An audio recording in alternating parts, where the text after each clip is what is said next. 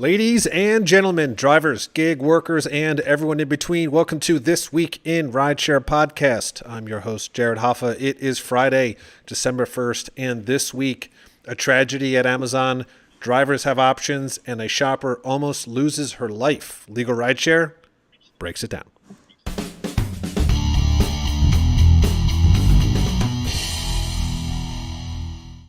And from Legal Rideshare, I'm joined by the co-founder and lead attorney, Brian Gurning. Bryant, happy rainy Friday. Happy rainy Friday, Jared. It's good to be back. It is, and we're going to shift gears a little bit today. Instead of going through the typical Monday through Friday, I thought it might be a good idea to focus on three main articles. I think they really embody kind of the issues that are facing rideshare and gig workers. So I thought we could just kind of talk about it and go through it, and have you weigh in and go from there. Yeah, I think I like that. I think it's nice to break from the routine a bit, especially when we see articles like this that are so indicative of what drivers and gig workers are going through. It's an opportunity for us to talk a little bit more in depth about specific news stories, but then also how they fit in terms of the generalities of the industry. Yeah, I couldn't agree more. So we're going to jump right in.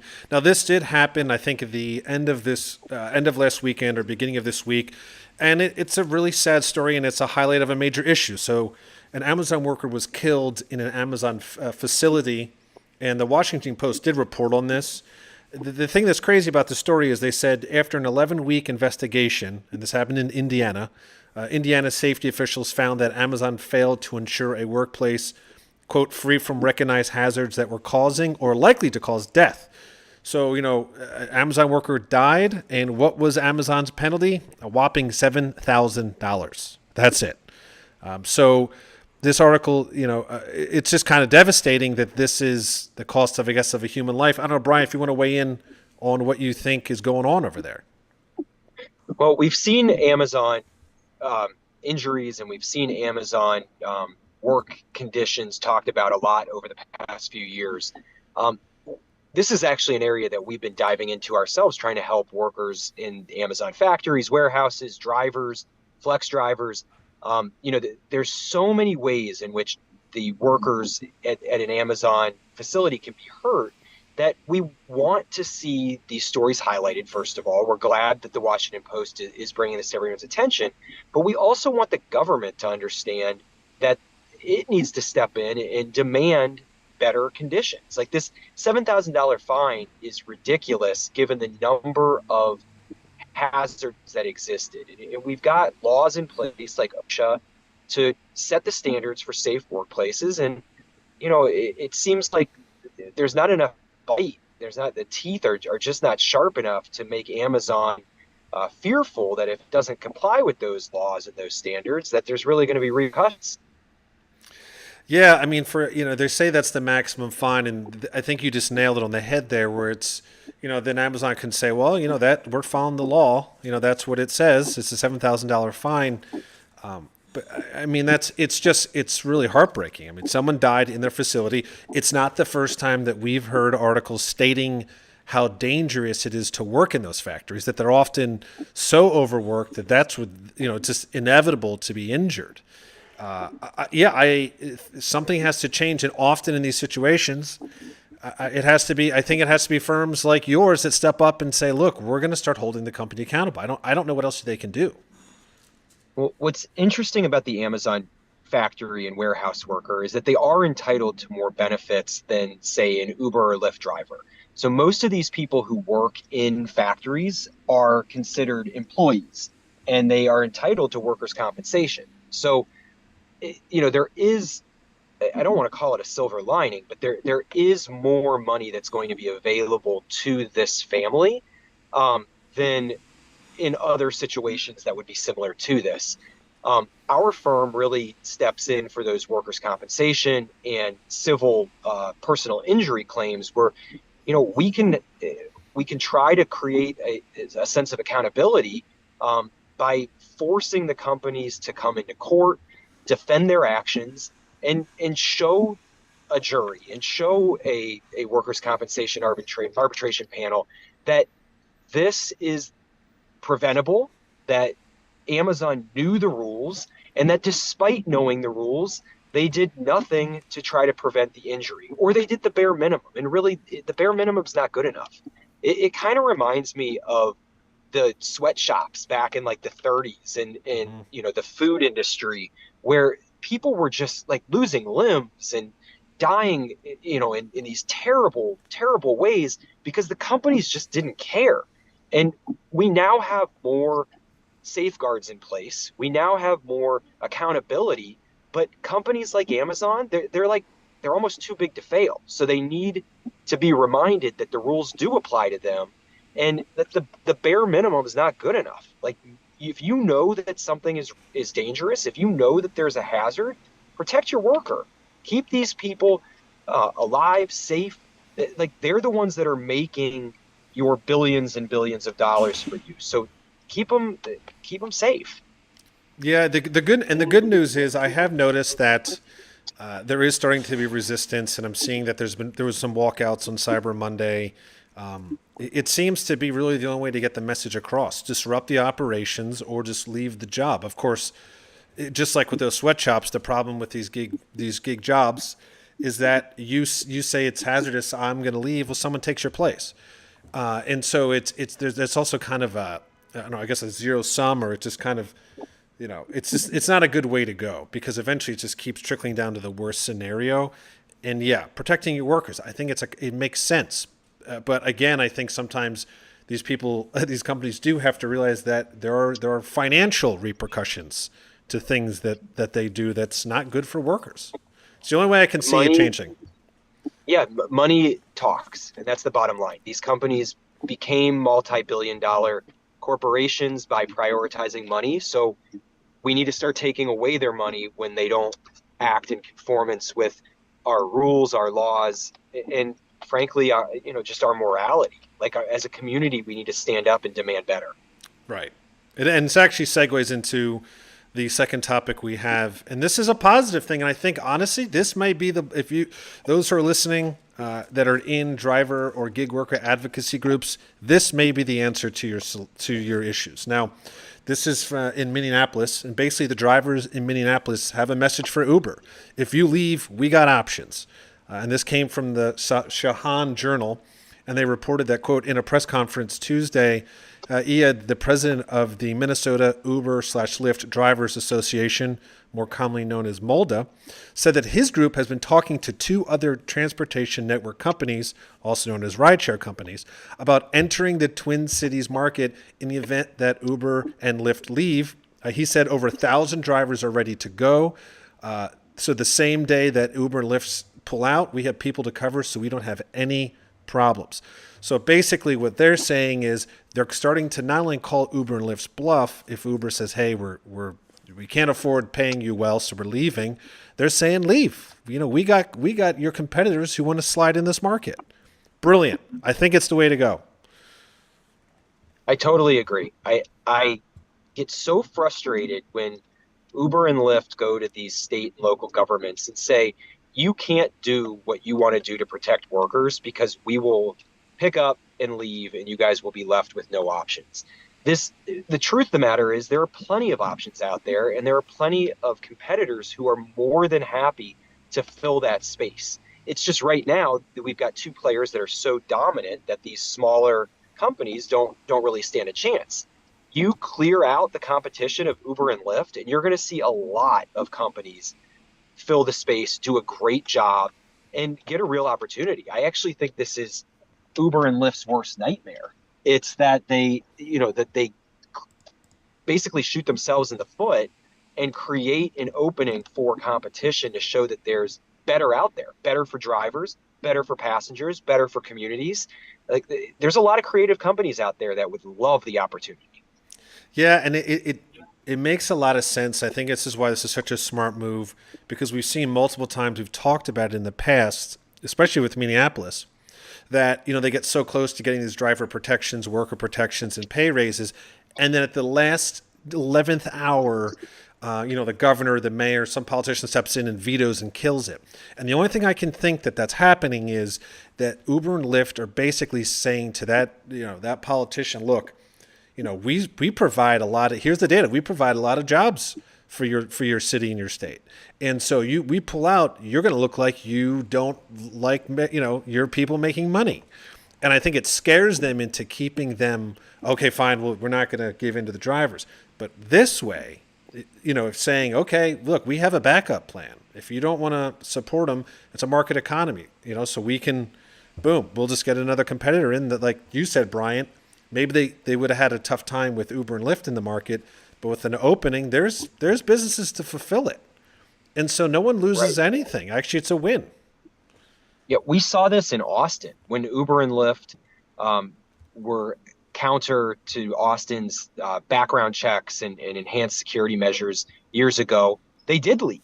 And there were some really cool transportation companies that popped up, Ride Austin, one of them, that filled the void. And yes, we have moved away from the traditional taxi industry like, a decade ago. That industry is not coming back in the form that it once was. Rideshare is here to stay. So cities are scared to lose rideshare because they're worried that that their citizens aren't going to have reliable transportation. They're worried, like you said, that all these workers are going to lose their jobs. But when new companies pop up that can provide a substantially similar service, the companies are ready to use it. There's clientele sitting there ready to use the apps, and it's just an opportunity. I think that we've seen this happen before. Austin being a prime example. Let's go. Like Uber and Lyft, you want to take your football and go home? Then okay, we've got somebody else that we'll play with. That's fine. Yeah. Like I said, the MULDA, in Minneapolis, they have really been pushing. Of a lot of the driver groups I see, they are not giving up no matter what. They are relentless on this, and now they're just finding clever new ways to say, look, we need to get money somehow, and I think it's smart, and that's why I say this could be a blueprint for some of the other cities and states where they're kind of getting that gun shy about, well, if Uber leaves, it's going to look bad on my record that I lost all these jobs. Well, no, you won't. They'll just have another business. So it's it's a really good thing. So the unfortunate last story is a wild one, and I've heard some pretty bad ones, but for Instacart, but this might be one of the worst. An Instacart worker actually got stabbed while on the job, and then she initially was denied assistance from Instacart. Business Insider just reported this. So basically, the story is the woman was inside, bumped into someone. There was a confrontation, and the woman said, "I can't wait to see you until you come outside." When the Instacart shopper went outside, a car pulled up. She jumped out, lunged forward, and stabbed her in the chest. So she ended up hitting her lower pelvic close to her liver, and it collapsed her lung. So pretty traumatic experience. Afterwards she survived and is getting healed. And so while that was happening, she said she tried to see if she could file a claim for assistance with Instacart. She said, "I get that we don't have full insurance coverage like a full-time job, but I thought that would provide some help since I was injured while shopping for an order, literally stabbed while shopping for an order." She said when she filed her claim the first time, she said the claim was denied for assistance, and she didn't understand why being stabbed didn't qualify for assistance. Again, Bryant, just highlighting that things are broken.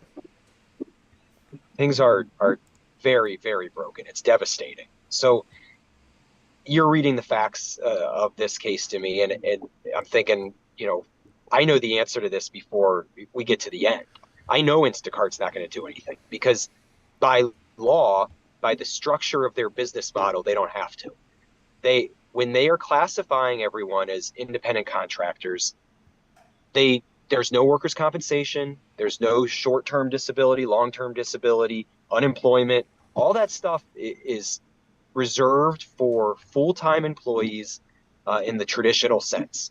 So there's a reason why these companies have made the decision to structure themselves the way that they have. Independent contractors get nothing when something goes wrong. And we hear from shoppers and drivers and gig workers all around who have gone through something substantially similar and are shocked to learn that there's no protection. The companies, they don't advertise this. They don't tell you, oh, by the way, if you get stabbed on the job, we're not going to help you. but they're very quick to deny the claim when it's brought. So drivers put their lives on the line, shoppers put their lives on the line every single day. And then when something goes wrong, the companies wash their hands free of it. And drivers only learn the hard way. So it's really sad, and it proves that this system is broken and needs to be rebuilt. It's sad. The first thing I thought when I read this article is, well, at least she didn't get deactivated. I mean, it's just, it's how far the system is against, how far it's against these workers, that they're just, everything is against them.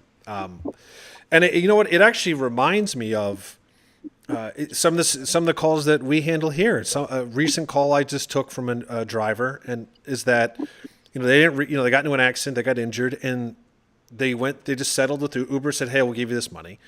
And it turned, they realized, well, no, I have like $50,000 in medical bills, and now Uber just refuses to help. And, I said this, and it's unfortunately become a slogan, is that, if these gig companies can't pay you to drive, you think they're going to pay you well if you're injured or you have an issue?